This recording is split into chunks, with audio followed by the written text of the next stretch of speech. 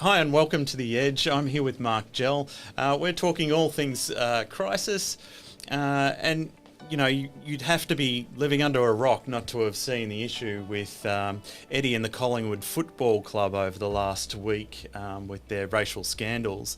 But there was an article in the Oz that came out just yesterday that talked about a comparison to Waleed Ali and an interview where they certainly cut or didn't believe some of the issues that the former AFL player in question spoke about, whereas they've certainly put Eddie through the ringer. I guess the question here, Mark, is are we holding everybody to the same standard? Yeah, it's a Eddie. Look, there are a number of sort of reputational issues that this raises. Firstly, societal norms have shifted, and they've shifted quite a bit in the last few years. And hiding that report under a football, so to speak, and then having it land in the media's laps in quite a bold fashion, let's say, just goes to show that people still have the attitude of trying to run the gauntlet on these issues. I've always worked on the premise that if you're dealing with something that can damage your reputation, it will get out. That in itself is an issue that people have to be aware of. How the media handled the so-called interview is an interesting one. The media have been doing that ever since I've been involved in the media. This business of sitting down and with people for an hour and a half or 2 hours and showing 3 minutes of a very finely cut interview that backs a particular narrative is been around, as I say, for decades. And what we used to do as a technique, for example, is we'd send our own film crew. So we would film the whole thing, the whole interview, so we could actually show what our story was. And I can remember one particular current affairs person coming to our office, and we had the film crew there ready to go, and they said, "What are these people doing?" And we said, "Well, they're here to film the interview." "And why are they doing that?" Saying, "We're just making sure that we have a balanced view that if it comes across on the program." To paint a picture that doesn't provide the full context of a particular situation lacks integrity. So interesting that they took it down from Channel 10 so quickly too. So. Yeah, look, it is interesting, and you've got to question that. I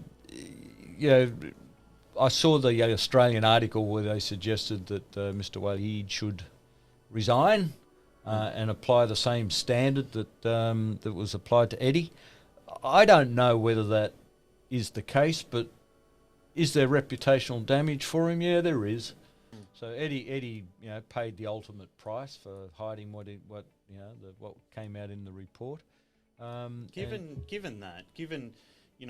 Eddie's paid such a high price and certainly been run through the ringer more than once on these racial issues, do you think now we've heard the last of Eddie McGuire? Do you think that his career has taken such a substantial blow that we won't be seeing him as a public figure any longer? I don't think it'll impact his overall reputation over time. Yeah. People will just shake their heads like I've just shake my head and say, well, why would you be that silly to try and hide something like that? A silly decision. All people make silly decisions throughout their careers. All people do things that they regret. I think he'll come back over time. Yeah, the report hints to a systemic nature of racism within the club, within Collingwood. I guess from the perspective of a communicator, you look at a company's culture, and when you've got a systemic issue within an organisation's culture, there's a lot of things as a communicator that you can do to shift that culture. What are the next steps that Collingwood need to take internally to really shift the dial and make sure that they get rid of racism within the club? it does come down to if someone breaches those sort of lines, they should be out. Full stop. Go find another club. We don't accept that sort of behaviour in this club. Sorry. But you know the rules. You know the standards. You know the values via which this club lives by, and that's just not acceptable. So, particularly in this day and age, I mean, I can't believe some of the things that I read in that report. You sort of shake your head and go, really? Still? In this day and age? Yeah, it's crazy. Look, as a Collingwood supporter, there was a lot of shame in me when I saw that. But change clubs. Sorry, you're just going to have to change clubs. Well, you can't walk away from a problem. You need to fix it. Right, Jono. I'm charging you with fixing that issue. So look, I'm going to stay with the club. I think they can change. I think they need to change. They have to change.